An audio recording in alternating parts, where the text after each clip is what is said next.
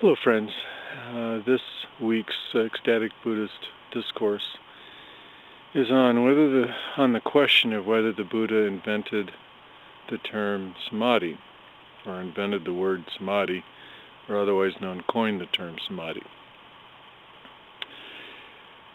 So, before we get any further on that question, as many of you will recall, we've been analyzing how Buddhist doctrine is interpreted today and how it is revealed in the earliest literature of Buddhism.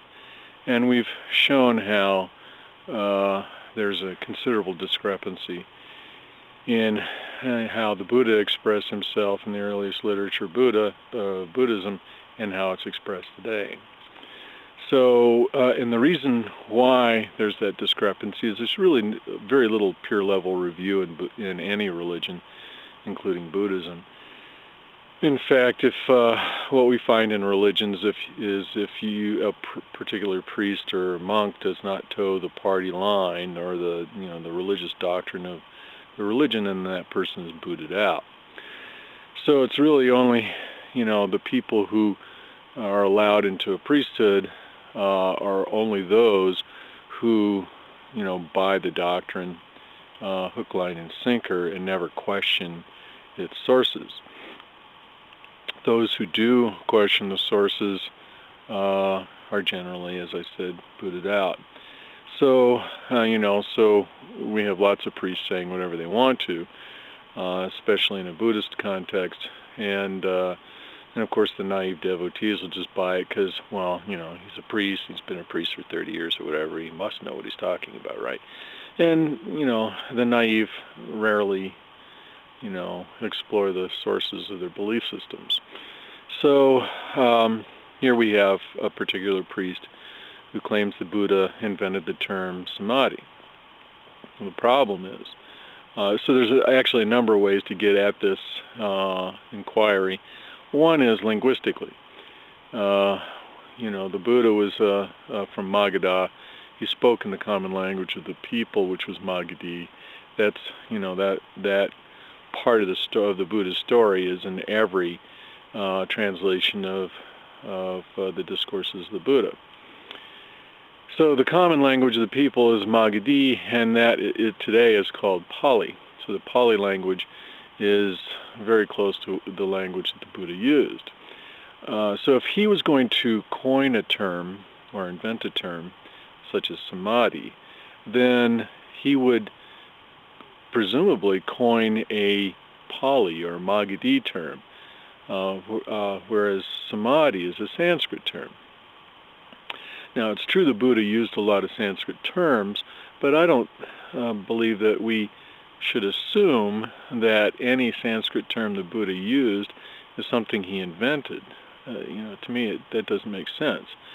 If we want to believe the Buddha coined terms, and I think he may very well have, they're more likely to be Pali terms.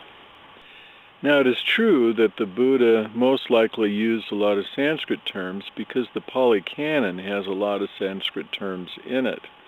And I believe, part of the Buddha's contribution to the Magadhi-speaking people was that he interpreted Sanskrit terms in Magadhi so that they could understand them better. And arguably, as we have seen in understanding Buddhist doctrine today, it's necessary for us to look at the original definition of those terms because they're oftentimes misinterpreted today. And what that's about is over thousands of years, languages shift. And the reason why they shift is because, especially let's say in a contemplative literature, is that there aren't that many enlightened people that come along, but there sure are an awful lot of priests who think that they're enlightened. Okay, so we can say that the Buddha most likely defined the Sanskrit term Samadhi in Pali. That's reasonable. So, but to me it's unreasonable to say that he's coining Sanskrit terms. And not only that, but if we look at Hinduism, Well, Hinduism is based on the Sanskrit language, and the term Samadhi appears throughout Hindu literature, and in fact it appears in the earliest of Hindu literature, which predates the Buddha. So that's another way of getting at that the Buddha most likely did not invent the term or coin the term Samadhi, but he most likely interpreted it for the Pali people so that they would understand that Sanskrit term.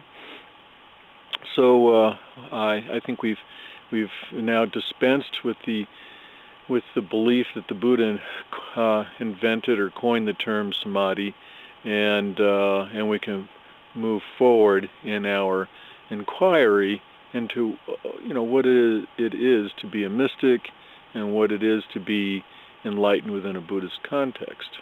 Thank you very much, and have a blissful and ecstatic week.